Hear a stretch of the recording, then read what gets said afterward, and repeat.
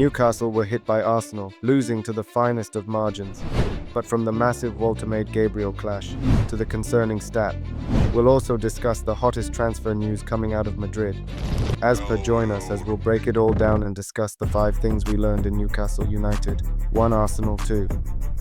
Let's go! So the first thing we learned was the Nick Walter-Gabriel battle. Nick Walter earned a 7.0 match rating, scoring once from his only shot on target. Making it his second goal in only his second appearance at St James's Park, he became only the 6th Newcastle player to do so. His well-placed header gave Newcastle the lead in the first half, and he impressed with his link-up play, completing 90% of his passes. Though he was withdrawn early, a sign that he's still building towards full Premier League conditioning, he made his presence felt. A notable moment came when he took a heavy blow from Gabriel, showing both physical toughness and emotional composure in the aftermath. The incident, oddly missed by VR, highlighted Walter's resilience.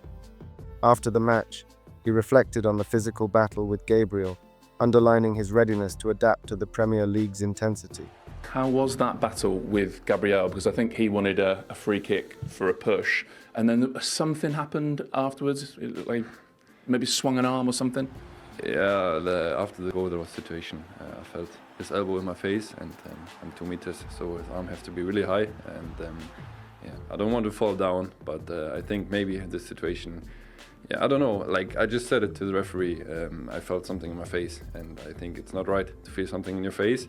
But I'm not the type of player who will fall down for this. But yeah, it's hard because I guess sometimes maybe you have to do it, but this is not my type of football, and I don't like it.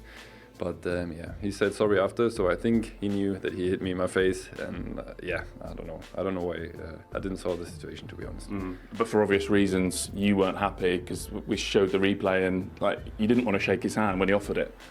Yeah, because I don't like this. Like if you do some things in game, and then just 30 seconds after you say sorry, that's not a part of the game. So yeah, I don't like it. We had really good situations, and I like this situation where we can get a good battle, but always has to be fair, and his elbow should be not in my face. Thank you. Thank you. As Newcastle's opening goal was just the 4th time in Premier League history that an Italian player has assisted a German player for a goal. Tonali, with a 7.6 match rating, put in a real shift for 90 minutes, covering ground and constantly trying to disrupt midfield flow. His work rate was evident as he finished the game visibly drained. But that didn't stop him from intelligently adjusting to shut down passing lanes. On the ball, he wasn't flawless, 70% passing accuracy, but he was progressive, attempting 8 crosses, 5 long balls, and creating 3 key passes, one of which led to a big chance and the assist. Won all 3 of his ground duels and chipped in defensively with 3 clearances, 1 blocked shot, 2 interceptions, 2 tackles, and 0 times dribbled past when Newcastle needed control. A display of graft and nous, ran his socks off and still influenced the game in the final third. Moving on to the left-back depth, it's clear that while Livramento has filled in there, it's not his natural role. Against Arsenal, Eddie Howe opted for a natural left-footer in Dan Burn, but it proved a nightmare outing. Burn was uncharacteristically beaten in the air for Gabriel's 97th minute winner, his 6'7" frame offering no advantage on this occasion. That moment summed up a difficult performance, as Burn also struggled on the ball when pushed wide, his wayward passing exposing his discomfort. He completed only 45% of his passes, losing possession 26 times, and was beaten in 12 of his 20 duels. Defensively, he was dribbled past 3 times, with Saka finding plenty of joy on his flank.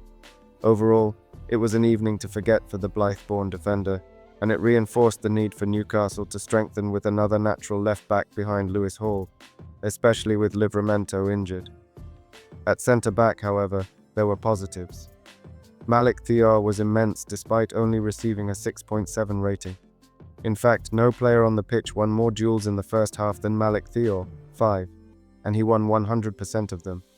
Since breaking into the 11, he has impressed with his defensive reading, and his last-ditch tackle on Lewis Skelly in stoppage time denied a certain goal. He ended with 8 clearances, 1 interception, 1 tackle, was never dribbled past, completed 87% of his passes, and won 5 out of 7 duels. Strong, quick, and composed on the ball, he continues to look the part. Alongside him, Sven Botman impressed with a 7.2 rating. He racked up 11 clearances, 3 blocks, and 1 interception, was never dribbled past, and added a key pass while winning 6 out of 9 duels. Though he was beaten in the air by Marino for the equalizer, he was otherwise dominant, particularly in his handling of Gyökeres to a mere 5.8 match rating. His growing partnership with Theo looks increasingly solid. Then moving on to the real truth, looking at the numbers. Jamie Redknapp and Les Ferdinand summarized it well. Newcastle were the creators of their own downfall. This season they have lost 2 games from stoppage time winners, and more worryingly their last stoppage time winner was in March 2023 against Nottingham Forest. It's made worse by the fact that Newcastle have conceded 9 winners or equalizers after 90 minutes since their last stoppage time winner. That tells you something. Pope for 90 minutes was brilliant with a massive 7.8 match rating and 5 saves inside the box, but it came down to the small moments. His quick release gave away possession and he came for the cross but got nowhere near it. Byrne not winning the header against Gabriel compounded the issue. It's also worth noting, given Arsenal's attacking power, even Pep Guardiola has parked the bus against them recently. Newcastle were far too open. Yes, it's painful, but it's not bad luck. Newcastle need to learn game management at the elite level, then moving on to the Livramento injury. Tino Livramento was enjoying another strong performance before his evening ended in distress against Arsenal.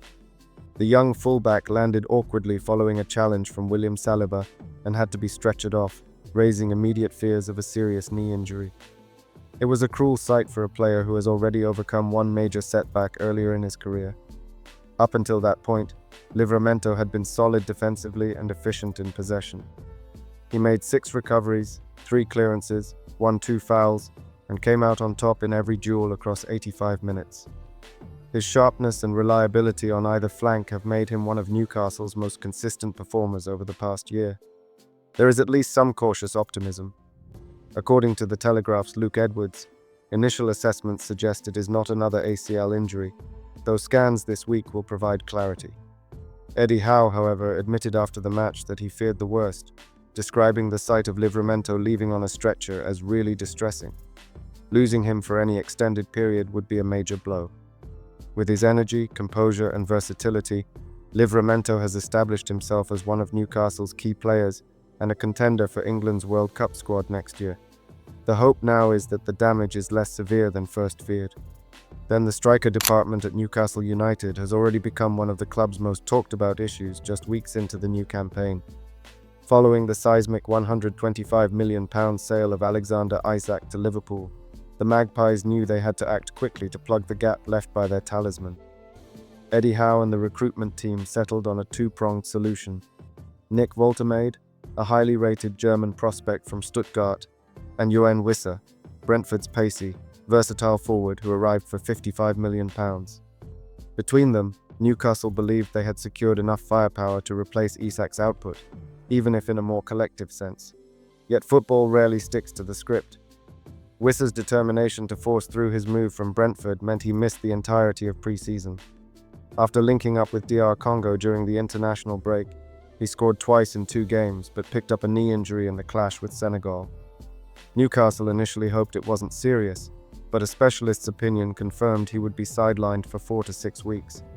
That absence robbed Howe of one of his 2 key signings before he had even kicked a ball for Newcastle. With Anthony Gordon suspended after his red card against Liverpool, Woltemade was left as the only recognized striker against Barcelona. Howe admitted afterwards that the 22-year-old was handled cautiously, receiving fewer than 30 minutes to avoid another potential blow to his front line. The fragility of Newcastle's attacking department is clear.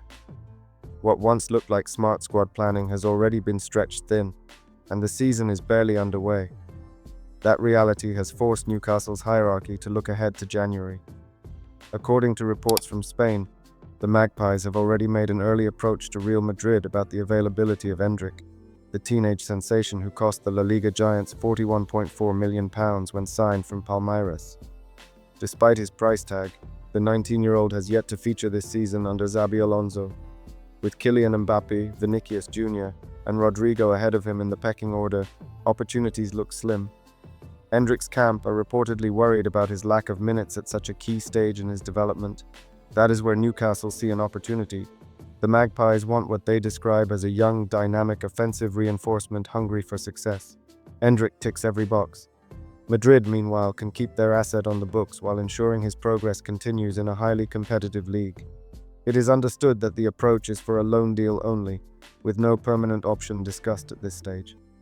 What makes Endrick such an interesting link is the profile he offers. While inexperienced, the Brazilian already demonstrates traits eerily similar to those of Wissa: direct running, clever movement across the front line, and an ability to contribute in build-up play. Data comparisons between the two reveal striking similarities in passing volume, success rate, and expected assists. While Wissa is more proven in front of goal, Endrick is seen as a raw version of the same archetype. For Howe, this could be crucial. It means he can rotate seamlessly between the two players once Wissa returns, without altering the tactical balance of his attack. The reality is that Newcastle cannot afford to go into another sticky patch of fixtures short on strikers. With Champions League group games and a grueling winter schedule on the horizon, Eddie Howe knows that having only Walter Osula or an out-of-position forward is not sustainable. But what do you think?